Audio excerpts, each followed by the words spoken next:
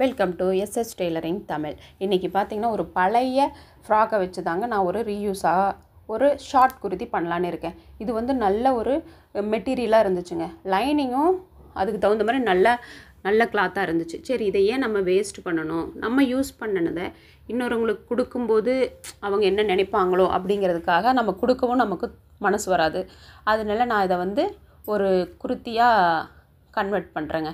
இப்போ பார்த்தீங்கன்னா இதை பாடி தனியாக கீழே இருக்கிறத தனியாக பிரித்து எடுத்துக்கிட்டேன். ரொம்ப சுருக்கமாக இருந்துச்சு. அதனால் நான் இதை ரெண்டையுமே அயன் பண்ணி எடுத்துக்கிறேங்க. இப்போ பார்த்திங்கன்னா அயன் பண்ணி எடுத்துக்கிட்டேன். இப்போ லைனிங்கும் உங்களுக்கு எந்த அளவுக்கு ஹைட் வேணும் உங்களோட ஹைட்டை பார்த்து நீங்கள் கரெக்டாக மார்க் பண்ணிங்க. எனக்கு பார்த்திங்கன்னா 27 இன்ச்சு நான் ஹைட்டு குறிச்சிருக்கேங்க. லைனிங்கில் வந்து ஏற்கனவே மடித்து அடித்ததுனால கீழே வந்து உங்களுக்கு நான் அது கரெக்டாக வியூவில் எனக்கு தெரியாமல் போயிடுச்சுங்க. அந்த மிஸ்டேக்கை நான் இப்போ தான் பார்த்தேன்.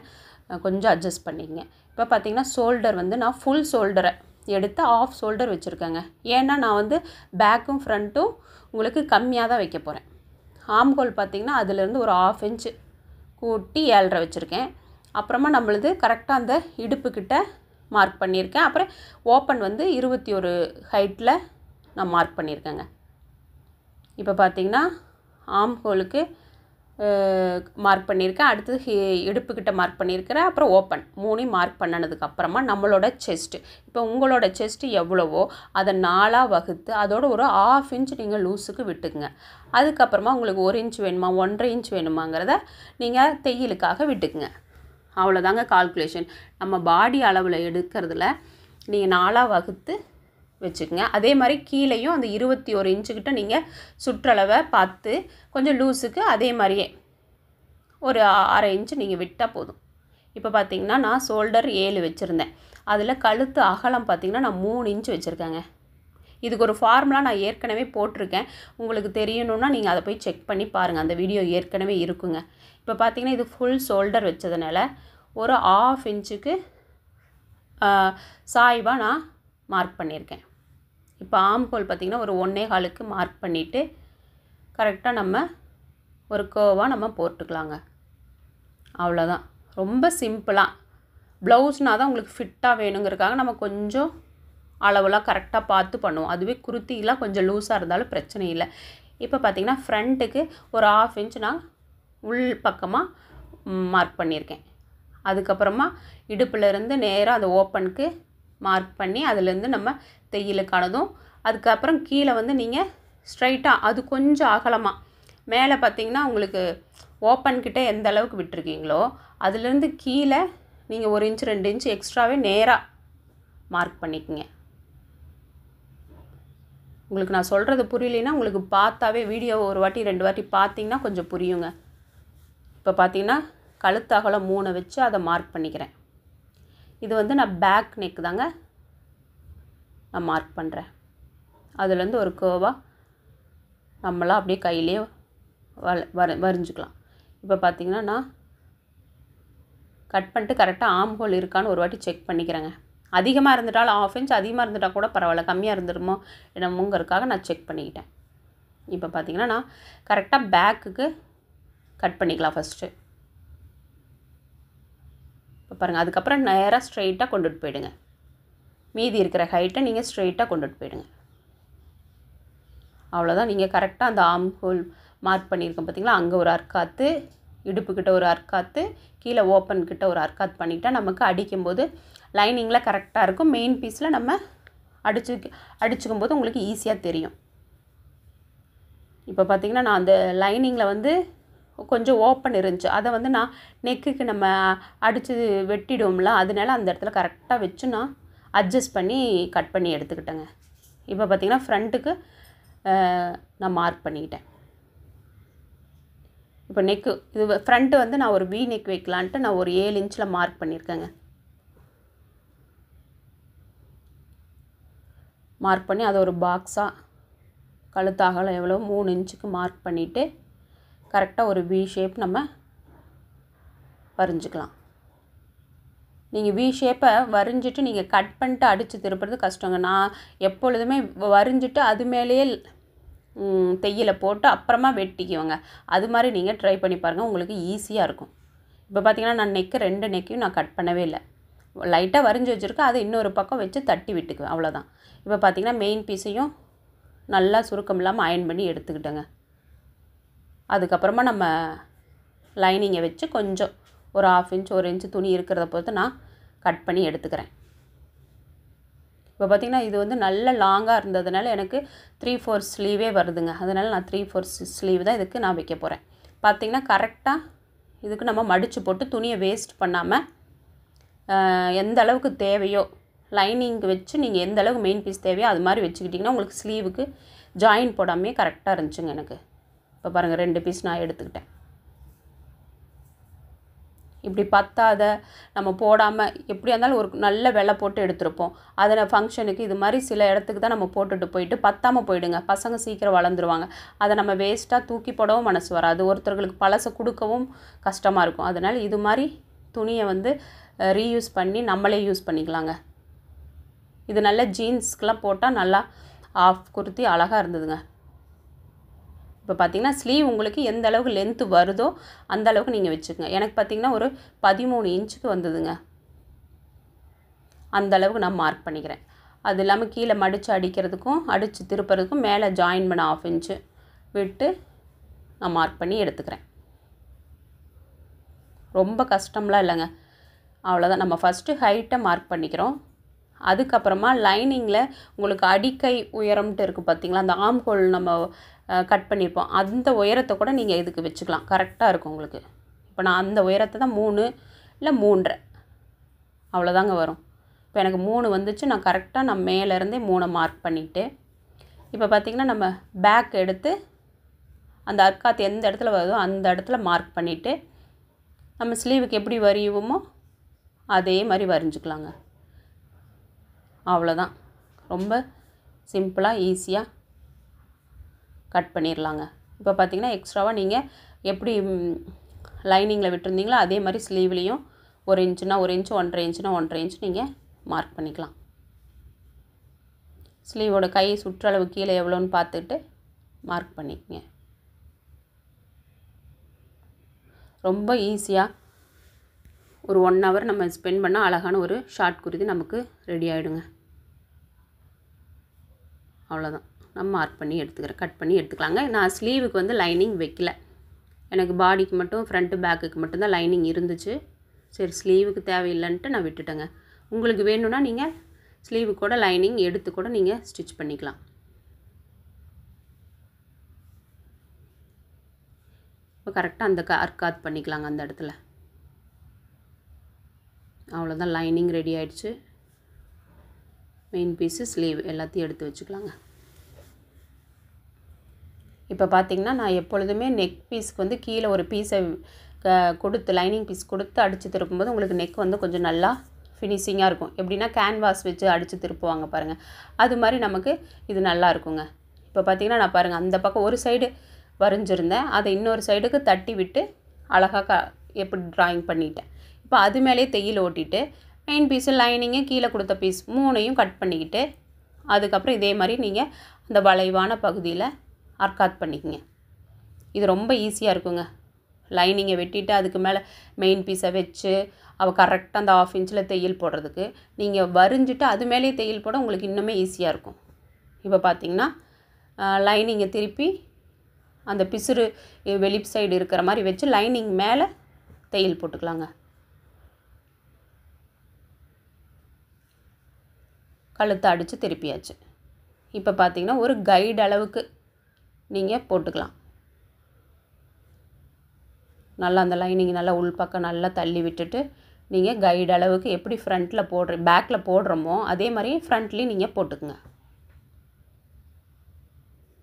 இப்போ பார்த்திங்கன்னா குர்த்தியில் ஒரு 150 200ன்னு போட்டு வாங்கலாங்க. ஆனால் ரெடிமேடில் எடுத்தோம்னா துணி மெட்டீரியலே சரி இருக்காது. ஒரு 4 வாட்டி நம்ம போட்டு துவைச்சோம்னா ஃபேட் ஆயிருங்க. அதுவே நீங்கள் மெட்டீரியல் எடுத்து அழகாக ஸ்டிச் பண்ணி பார்த்திங்கன்னா கண்டிப்பாக நல்லா இருக்குங்க, நல்லா உழைக்கும் ரொம்ப நாளைக்கு. இப்போ பாருங்கள் நம்ம லைனிங்கையும் மெயின் பீஸையும் ஒன்று மேலே ஒன்று வச்சு பதிச்சுக்கலாம். நல்லா லைனிங்கையும் மெயின் பீஸையும் சுருக்கங்கிற உள்ளே வந்து மெயின் பீஸ் வந்து சுருங்கி இல்லாமல் நல்லா நீவி விட்டு நல்லா ஓரமாக அடிச்சுக்கலாங்க. கரெக்டாக கழுத்தில் நம்ம அடித்து திருப்பினதுனால கழுத்து பகுதியிலேருந்து நல்லா நீவி நம்ம ஓரமாக தையல் போட்டு எடுத்துக்கலாம். அது இப்போ பார்த்திங்கன்னா நான் லைனிங்கில் வந்து கீழே வந்து எப்படி அது மடித்து அடிச்சதோ அந்த ஹைட்டை நான் அப்படியே வச்சுட்டு மெயின் பீஸுக்கு வந்து ஒரு 2 இன்ச்சு 1.5 இன்ச்சு எக்ஸ்ட்ரா விட்டுருக்குறேங்க. அதை நான் உங்களுக்கு ஃபஸ்ட்டு கட் பண்ணும்போது சொல்லாமல் விட்டுட்டேன். லைனிங்கை விட மெயின் பீஸ் வந்து ஒரு 1.5 இன்ச் 2 இன்ச் எக்ஸ்ட்ராவாக எடுத்துக்கங்க. இப்போ பார்த்திங்கன்னா இந்த சைடும் நான் அதே மாதிரி பார்த்திங்கன்னா லைனிங் ஏற்கனவே அதில் மடிச்சிருந்தது அந்த ஹைட்டுக்கு எந்த அளவுக்கு எனக்கு ஹைட் இருந்துச்சோ நான் அப்படியே எடுத்துக்கிட்டேங்க. அதனால் கீழே மடித்து அடிக்கிற வேலை எனக்கு இதில் இல்லை. இப்போ பார்த்திங்கன்னா ஆம்கோல் கிட்டே அதே மாதிரி இப்போ பாருங்கள் அடுத்த சைடும் இதே மாதிரியே சுருக்கம் இல்லாமல் நீவி ஜாயின் பண்ணி எடுத்துக்கலாம்.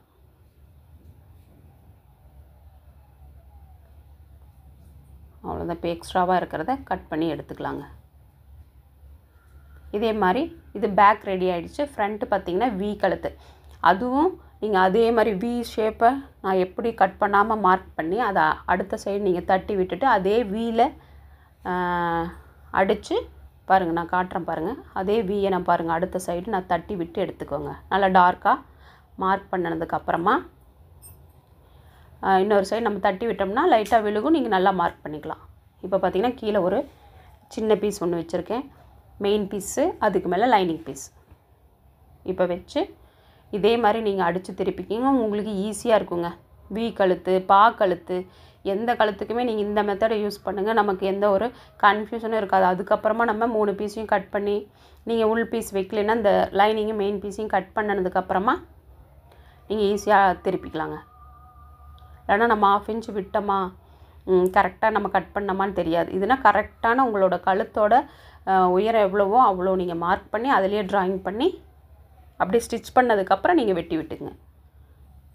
அளவு வந்து உங்களுக்கு மாறவே மாறாது. இப்போ பாருங்கள் நான் அங்கங்கே அர்க்காத் பண்ணிட்டு அந்த வீயில் கார்னரில் பார்த்து தையலில் படாமல் நான் ஒரு மார்க் பண்ணிக்கிட்டேங்க, கட் பண்ணிக்கிட்டேன். இப்போ லைனிங்கை திருப்பி லைனிங் மேலே தையல் போட்டுக்கலாம். படிமான தையல் இப்படி போடும்போது உங்களுக்கு உள் பக்கமாக திருப்பி அடிக்கும்போது ஈஸியாக இருக்கும். லைனிங் வந்து நல்லா உள்ளே உங்களுக்கு படிமானம் ஆகி வரும். வீ கிட்ட வரும்போது கரெக்டாக ஊசியை அந்த இடத்துல நிறுத்திட்டு நீங்கள் டேர்ன் பண்ணி அதுக்கப்புறம் நீங்கள் போடுங்க. நல்லா ஃபினிஷிங் நல்லா வந்துச்சுங்க. நான் உங்களுக்கு காட்டுறேங்க, கடைசி அதோட பிக்சரை நான் உங்களுக்கு காட்டுறேன். இது மாதிரி உங்கள்கிட்ட பழைய ஃப்ராக்கோ இல்லை எந்த துணியாக இருந்தாலும் நீங்கள் ட்ரை பண்ணி பார்க்கலாம். பழைய சுடிதார் கூட உங்களுக்கு அது ரொம்ப இதாக இருக்குது அப்படின்னா அதை போட்டு இதாக இருக்குன்னா ஷார்ட் குர்த்தியாக கூட நீங்கள் கன்வெர்ட் பண்ணி கூட போடலாம். இப்போ அதே மாதிரியே ஒரு கைடு அளவுக்கு நான் மார்க் பண்ணி அடிச்சுக்கிறேங்க. என்ன ஒரே ப்ளைனாக இருந்ததுன்னா உங்களுக்கு ஈஸியாக இருக்கும், நம்ம ஸ்டிச் பண்ணிக்கலாம். அதுவே ரொம்ப டிசைன் இருக்கிறது அப்படிங்கிறத நம்ம குர்த்தியாக கன்வெர்ட் பண்ணும்போது கொஞ்சம் இதாக இருக்கும். இப்போ எனக்கு இது ஒரு ப்ளைனாக, அது இல்லாமல் இது வந்து ஒரு டபுள் ஷேடாக இருந்துச்சுங்க. அதனால உங்களுக்கு நல்லா இருந்துச்சு, பார்க்க லுக்காக இருந்துச்சு. எந்த ஒரு டிசைனுமே வைக்காமல் சிம்பிளாக வீ நெக் வச்சு தைச்ச நல்ல ஒரு லுக்காக இருந்துச்சுங்க. நீங்கள் இல்லைன்னா இது மாதிரி மெட்டீரியல் எடுத்து கூட நீங்கள் கண்டிப்பாக ட்ரை பண்ணலாம். இதுக்கு என்ன ஒரு 2 மீட்டரே அதிகம் தான் நினைக்கிறேங்க நான்.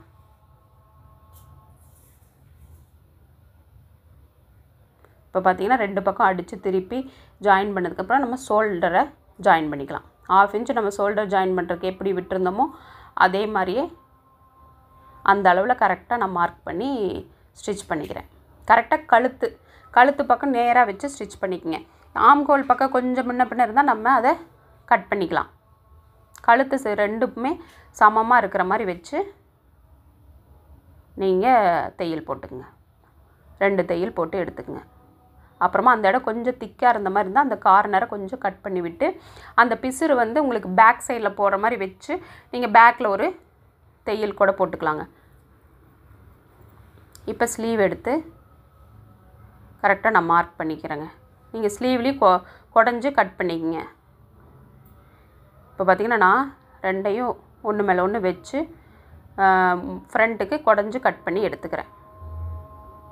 அதுவும் அதே மாதிரி 1/2 இன்ச்சு நீங்கள் குடஞ்சி கட் பண்ணுற மாதிரி ப்ளவுஸுக்கு நம்ம எப்படி கட் பண்ணுவோம் அதே மாதிரி கட் பண்ணி எடுத்துக்கலாம். இப்போ எது ஃப்ரண்ட்டுன்னு பார்த்து கரெக்டாக நீங்கள் வச்சு ஜாயின் பண்ணி எடுத்துக்கோங்க. கரெக்டாக நான் எப்பொழுதும் அந்த அர்க்காத் பண்ணிவிட்டு அந்த ஷோல்டர்கிட்ட ஃபஸ்ட்டு வச்சு தாங்க நான் ஒரு சைடு அடிச்சுட்டு தான் அடுத்த சைடு போவேன். இல்லைனா அப் அண்ட் டவுன் வந்துடும் அப்படிங்கிறதுக்காக நான் எப்பொழுதும் ஷோல்டர்லேருந்து தான் ஜாயின் பண்ணுவேன். ஒரு சைடு ஜாயின் பண்ணிட்டு இன்னொரு சைடும் ஜாயின் பண்ணிட்டு அப்புறமா ஃபுல்லாக ஒரு தையல் போட்டுருவேங்க. இப்போ பார்த்திங்கன்னா அந்த ஷோல்டர்கிட்ட தான் வச்சு ஜாயின் பண்ணுற பாருங்கள்.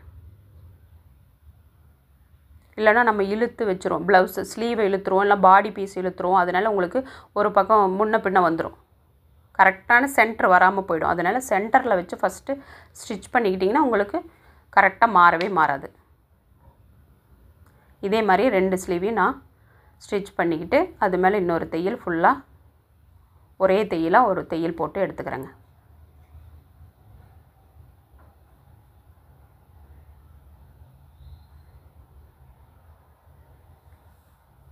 அவ்வளோதான், ஈஸியாக நம்மளுக்கு ரெடி ஆகிடுச்சு ஸ்லீவும். இதுவே சில்கில் நம்மளோட பாவாடை பட்டு பாவாடை இதெல்லாம் பத்தாமல் போயிடுச்சு, இப்போ ஹைட் ஆகிட்டாங்க, அதெல்லாம் வேஸ்ட்டாக இருந்தால் அதவே ஒரு ஷார்ட் குர்த்தியாக பண்ணால் அழகாக இருக்குங்க. அது ஒரு லுக்காக நல்லாயிருக்கும். நீங்கள் அது மாதிரி துணி இருந்தாலும் நீங்கள் கண்டிப்பாக ட்ரை பண்ணி பாருங்கள். சின்ன பசங்களோடது இருந்தாலே நம்ம அவங்களுக்கே ஒரு ஷார்ட் குர்த்தி நம்ம ஜீன்ஸுக்கு அழகாக பண்ணி கொடுத்துடலாம். இப்போ பார்த்திங்கன்னா 1/4 இன்ச் ஃபஸ்ட்டு மடிச்சுக்கிட்டு அதுக்கப்புறம் எவ்வளோ விட்டுருந்தனோ அந்த இடத்துல மடித்து அடிச்சுக்கிறேங்க.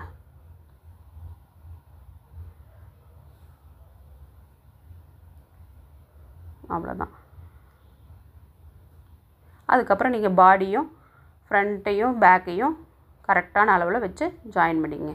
இதோட ஃபுல் இதுதாங்க. நீங்கள் எப்படி இருக்குன்னு பார்த்து கமெண்ட் பண்ணுங்கள். பிடிச்சிருந்தால் லைக் பண்ணுங்கள். நெக்ஸ்ட் வீடியோவில் பார்க்கலாம்.